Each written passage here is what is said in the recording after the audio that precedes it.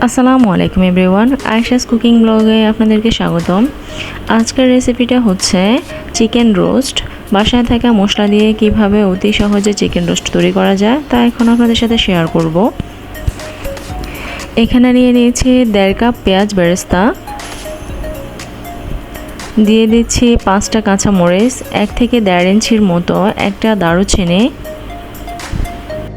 এখন দিয়ে দিচ্ছি 6 থেকে 7টা সাদা এলাচ, 4 থেকে 5টা লবঙ্গ, 1 টেবিল চামচ গোলমরিচ। আপনারা চাইলে সাদা গোলমরিচটাও ইউজ করতে পারেন। এখন এগুলাকে গ্রাইন্ড করে নেব। এখন নিয়ে নিচ্ছি 1 কাপ পরিমাণ দুধ, দিয়ে দিচ্ছি 1 টুকরো লেবুর রস। এগুলো টক দেওয়ার কাজ করবে। এখানে আমি মাংস নিয়ে নিয়েছি, দিয়ে দিচ্ছি হাফ চা চামচ লবণ, হাফ চা চামচ মরিচের গুঁড়ো। মরিচের গুঁড়োটা ইউজ করতেছি মাংসতে কালার আসার জন্য। আপনারা চাইলে এখানে রেড ফুড কালারও ইউজ করতে পারেন। এখন মাংসগুলোকে 1 থেকে 1.5 মিনিটের মতো ভেজে নেব। বেশি ভাজবো না, বেশি ভাজলে মাংস শক্ত হয়ে যাবে।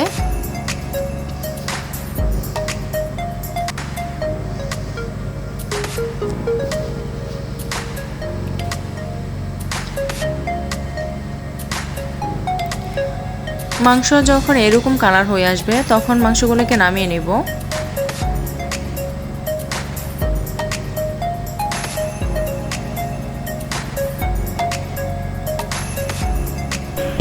যে তেলে আমি মাংসগুলোকে ভেজে নিয়েছি সেই তেলগুলো দিয়ে আমি রোস্টটা তৈরি করব। দিয়ে দিচ্ছি 2 থেকে 3 টুকরো দারুচিনি, মিডিয়াম সাইজের 3টা তেজপাতা। এখন তেলের উপর এগুলাকে 5 থেকে 6 সেকেন্ডের মতো একটু ভেজে নেব। দিয়ে দিচ্ছি 2 টেবিল চামচ আদা পেস্ট,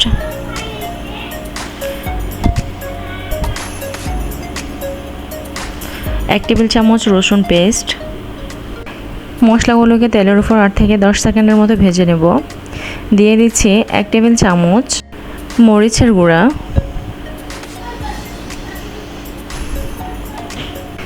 এখন দিয়ে দিচ্ছি আগে থেকে যে মশলাগুলোকে আমি গ্রাইন্ড করে নিয়েছি সেগুলো এখন মিশিয়ে নেব।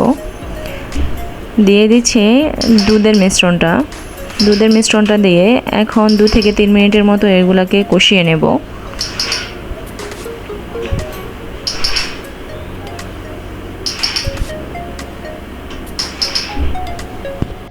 মশলাগুলো যেন ভেতর থেকে লেগে না যায় এই জন্য বারবার নেড়ে দিতে হবে। আবারও এগুলাকে চুলার আগুন নিভু আঁচে রেখে 10 মিনিটের মতো কষিয়ে নেব।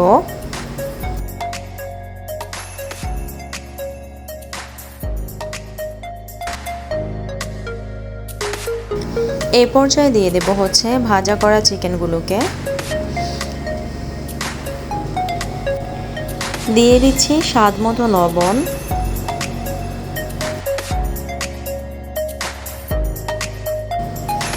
এখন দিয়ে দিচ্ছি হচ্ছে হাফ কাপ পানি। এভাবে 6 মিনিট রান্না করব।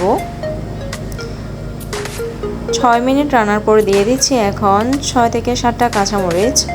দিয়ে দেব হচ্ছে বেরেস্তা। গ্রাইন্ড করার জন্য যে বেরেস্তাগুলো আমি নিয়েছিলাম ওইখান থেকে কিছুটা আমি তুলে রেখেছি।